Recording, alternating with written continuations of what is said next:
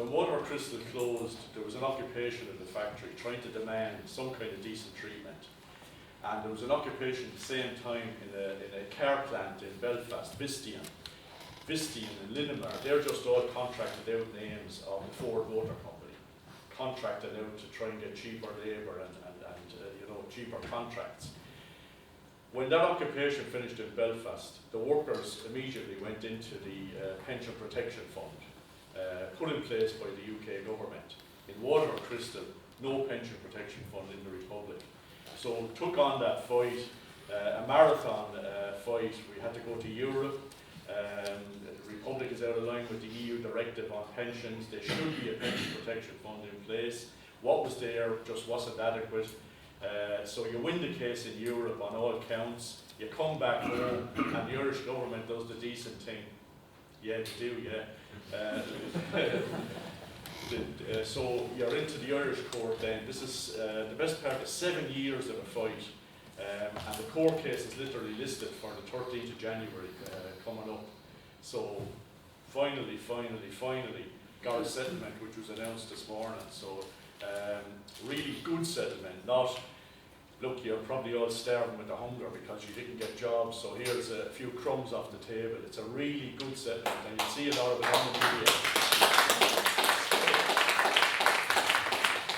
You'll see a lot of it on the media tomorrow. Of course, Joan Burton was out fairly lively at one. You know, you get killed in the rush now to come out sort of talking about it. But the good news is that there's a settlement there, and it's absolutely fitting in with what we're talking about here. As individuals, you won't get the respect and dignity that we're entitled to. And that's as of our right. It's not only the rich and powerful can talk about respect and dignity, and they can buy all private everything that they want, private health and private education. We've got to be entitled to respect and dignity. And we're not trying to be millionaires, but we better get decent treatment. And even that case that I'm talking about there, as an individual, you couldn't get out of the starting blocks. Unite had to put up the best part of 3 million. I don't know if there's any solicitors here, but when the meter starts running in that world, you're going to pay big. So the best part of €3 million to get your case up and running. So as individuals, you can't hope to get out of that. So whatever criticisms there are of the trade union movement, and I could list off a lot of them, you know, the movement hasn't covered itself in glory, but you are better off organised in a union, and collectively you will get better treated. You will get better treated, that's a guarantee, once you're collectively organised. And that's not to do with general secretaries or any earth-shattering speeches. It's to do with working people being collectively organised in their own workplace. There's a lot of areas that are in common, and you were just beginning to touch on it there when I came in. For example, a striking building worker on a school site. We're running a strike against a building contractor in Dublin called Rattigan, an absolute rat in the way he's treating people. And what he does, of course, is blame the subcontractor. So, look, see the subcontractor, but it's all a big fiddle and a big scam, not to pay the proper rate for the job. And the sad part of this, or the horrible part of this, is that they're building a school, the Fish Oak area in Dublin, building a new school. So public money is going to Rattigan, huge public money, not, you know, sort of got the local builder to put up a few blocks. This is massive money going to Rattigan, and after getting public money, can trample on workers' rights. You know, old enough to recall the days of dockers lining up on the docks, and you'll be pointed out who's going to work the ship today, you know, the rest of you can go home. We're back in 0 hours contract. We're back in call at the whim of the employer, and it's really used to keep workers in their place. So trapped in precarious employment. Somebody better invent a better word than precarious, because it's a big turn off the minute you mention it at a meeting. But it is absolutely precarious employment. And they don't get the hours that you need to have an adequate income. So when we see headline figures from the government about we've created, I don't know, 80,000 jobs or whatever the latest figure is, they don't describe the sort of jobs that they're talking about. Jobs that are in the world of precarious employment, 0 hour contract, below, you know, they talk about the minimum wage, workers being paid below the minimum wage. So all that is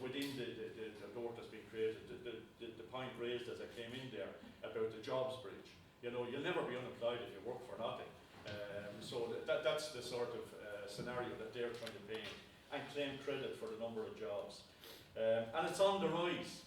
It's not as though, look, we were in sort of a bad place with austerity and we're coming out the other side of that tunnel, so everything is going to be grand and we'll all live happily ever after. It's on the rise not only in Ireland, but also across Europe. Not alone the horrors of unemployment across Europe, 20 million people unemployed, youth unemployment, just an absolute tragedy. Of course, it also creates a climate of keep your head down. If you're sort of in favour with the local manager, you'll get those extra hours. You know, the way they used to sort of give out overtime down the years, you know, if you were good and keep your mouth shut, you might get extra hours overtime.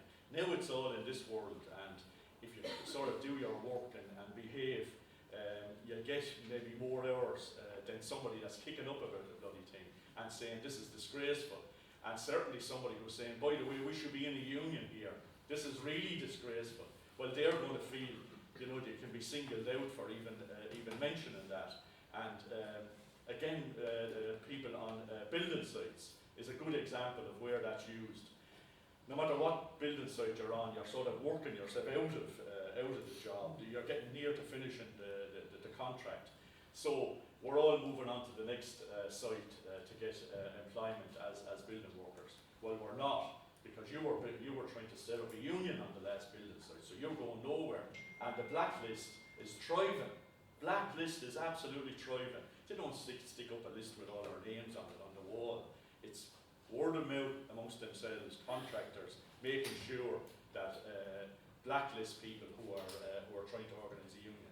And we've got to stand by people like that. No good the union saying, well, it's terrible and it's sad.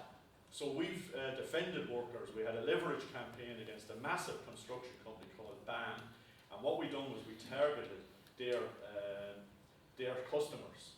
So they had contracts with big companies like Heineken for BAM to build. BAM is doing the one that at Newman's Cross there on the way into Dublin. Well, there's a lot of talk about the fact that there's no traffic lights there anymore, but you might have seen their name on that.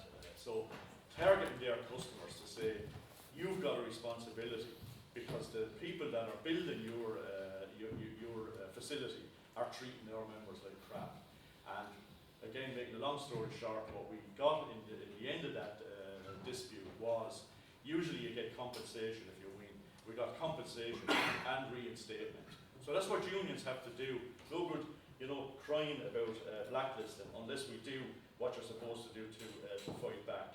So they want workers to remain quiet, or else you don't get that additional contract, you don't get those additional hours. And in the university, it's equally insidious.